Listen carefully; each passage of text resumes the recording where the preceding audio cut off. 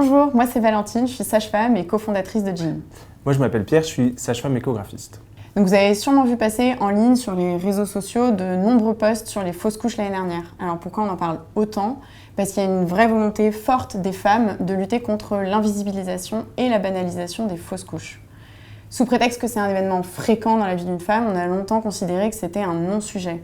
Et même remis en question le terme utilisé, fausse couche. Alors un arrêt de grossesse, c'est une grossesse qui s'arrête jusqu'à 5 mois de grossesse sans que l'on sache forcément pourquoi. Après ce stade, on ne parlera plus de fausse couche ou d'arrêt de grossesse, on parlera de mort fœtale in utero. La plupart du temps, ça se passe vers 6 ou 8 semaines d'aménorrhée. La patiente présentera un saignement, des douleurs éventuellement. De temps en temps, il arrive qu'il n'y ait aucun signe et qu'on se rende compte à l'échographie. Alors ce qu'on sait, c'est qu'une femme sur 10 fait une fausse couche dans sa vie. Maintenant que c'est dit, comment on fait pour relativiser ce chiffre? Il faut se dire que les fausses couches sont souvent le signe que le corps fonctionne bien.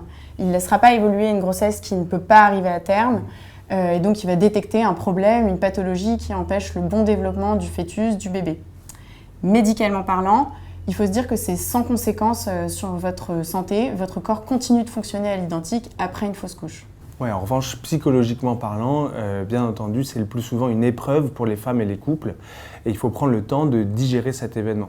La peine et le deuil n'ont pas de terme. C'est pas parce que ça se passe très tôt pendant la grossesse que votre peine est moins légitime. Il ne faut pas hésiter à en reparler avec les professionnels qui vous suivent. Après un événement comme une grossesse qui s'est arrêtée, il n'y a pas de délai a priori à attendre avant de se relancer dans un projet de grossesse. Donc sage-femme, psychologue, doula, n'hésitez pas à consulter et à en parler. On espère que ces informations vous seront utiles. À bientôt.